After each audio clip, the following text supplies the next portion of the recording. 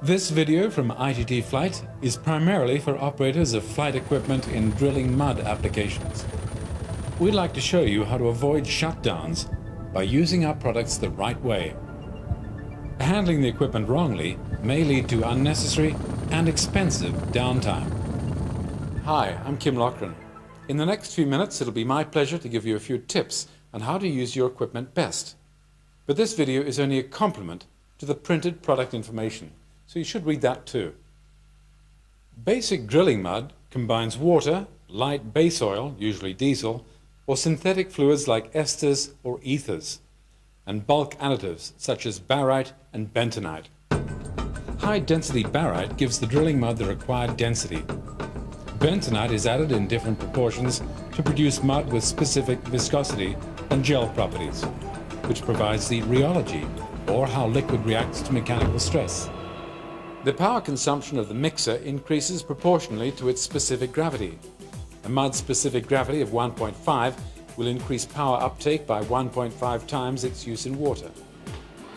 Thrust is the force used to mix and create the jet to maintain a properly mixed drilling mud solution. The produced thrust increases proportionally to the specific gravity, which ensures that the mixing result is also independent of the specific gravity. A mixer used in drilling mud has to be properly selected for the intended mud by the rig's design engineers to avoid overload. If the specific gravity of the mud is higher than specified when the mixer was engineered by ITT Flygt, it might overload. Thrust is thus not a problem, since it increases with increased specific gravity. It's important that the mixer is always submerged. If it isn't, it'll overheat. To choose the right mixer, we need to know the mud's viscosity. Viscosity is a measure of how easily flows mix or how thick the fluid is, and it affects the performance of the mixer. High viscosity increases energy consumption and decreases the thrust of the mixer. Yield stress is the resistance that has to be overcome before the liquid can begin to flow. Yield stress is the main sizing variable when selecting a mixer for drilling mud. The higher the yield stress, the thicker the mud, and the more difficult it'll be to mix. So, if yield stress is higher than the value used when the application was engineered, the mixer won't be able to treat the whole load. Also, if yield stress is too high, making the mixer undersized, the flow in the tank, and especially the backflow to the mixer, will be weak. This may also cause overheating, because circulation around the motor housing will be insufficient.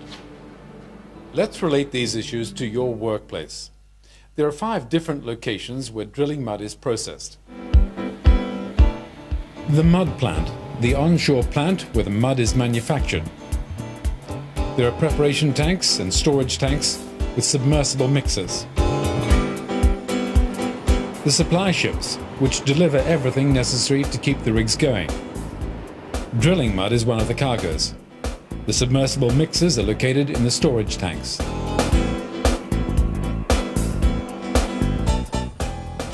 On the drilling rigs and drilling ships, there are storage tanks, active tanks, and tanks for cutting storage, each with submersible mixers to keep the mud suspended and prevent solids from settling out. These are complex installations because mud properties vary a lot depending on geological conditions at the drilling site. And finally, in the mud recycling plants, used mud is cleaned and prepared for reuse at your worksite.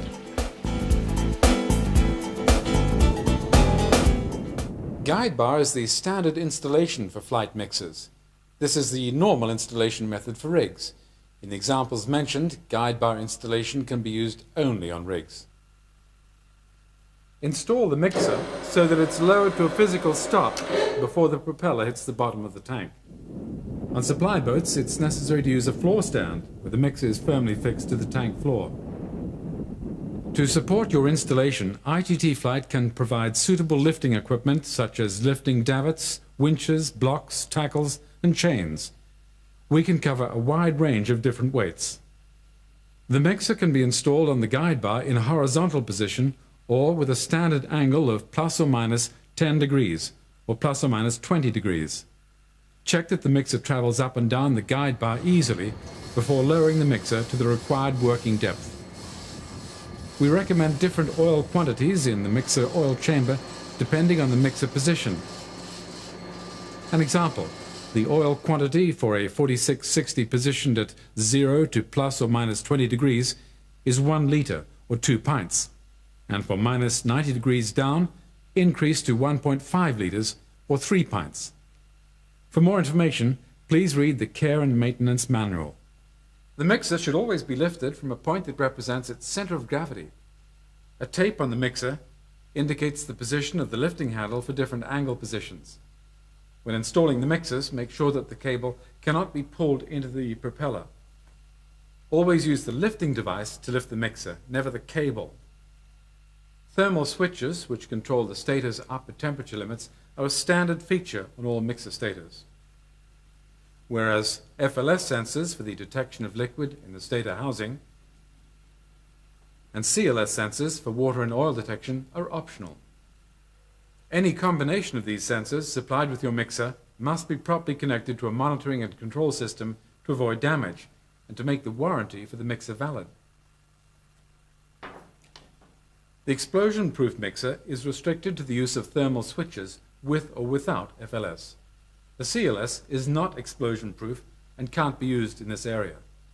The sensors are monitored by the ITT Flygt minicast supervision relay and should be interfaced with your control panel. If the sensors to the supervision relay minicast are not properly connected, the mixer may sustain damage. The mixer must always be submerged. It's designed to be cooled by surrounding media. In air, cooling will be insufficient. You'd run the risk of the stator burning up, which means extremely expensive downtime. If the propeller is too close to the surface when running, a vortex can form. This will draw air and swirling flow into the propeller, causing vibrations and thereby drastically shortening the life of the mixer seals and bearings. ITT Flygt can always give you the minimum recommended submergence. The use of a Flygt vortex suppressor will allow the tank to be pumped down further while the tank is being emptied. Additional cooling can be provided to the flange-mounted mixers by using a cooling jacket in which cool water can be circulated. As I mentioned, the mixer must always be submerged to get sufficient cooling and for proper heat transfer to occur. And if the yield stress of the mixer is higher than it was designed for, the flow around the mixer will be too weak. Special jet rings, extended jet rings, should be used in thick mud in order to pull flow around the mixer and keep it cool. If the indicators in your control panel generate an alarm, do not ignore the alarm or override it.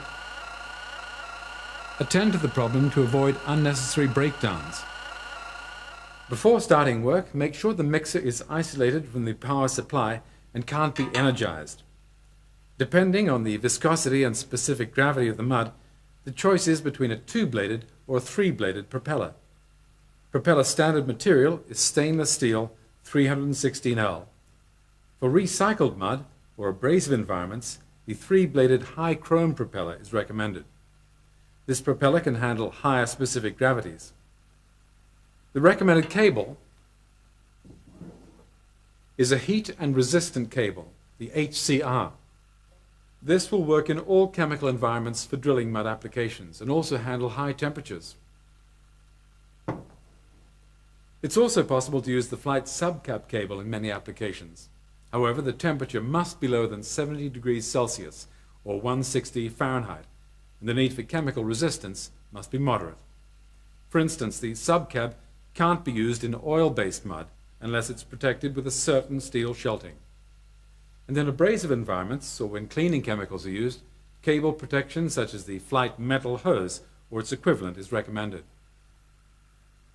The Flygt plug-in seal with tungsten carbide seal rings is the recommended seal type for most applications.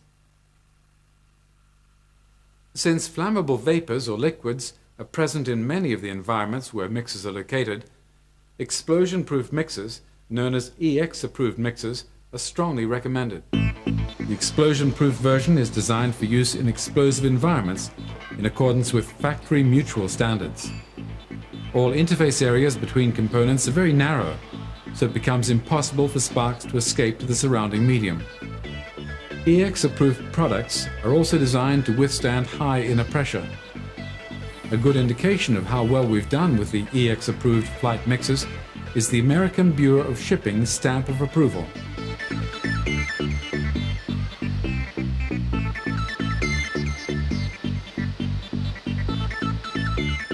All work on the explosion-proof motor section, including the installation of electrical connections, must be carried out by personnel who are EX-proof qualified and authorized by Flygt Corporation. Work outside the approval parameters, for example changing propellers or plugging in seals, can be done by non-authorized personnel. Thermal contacts must always be used on EX-approved mixers because of the approval conditions.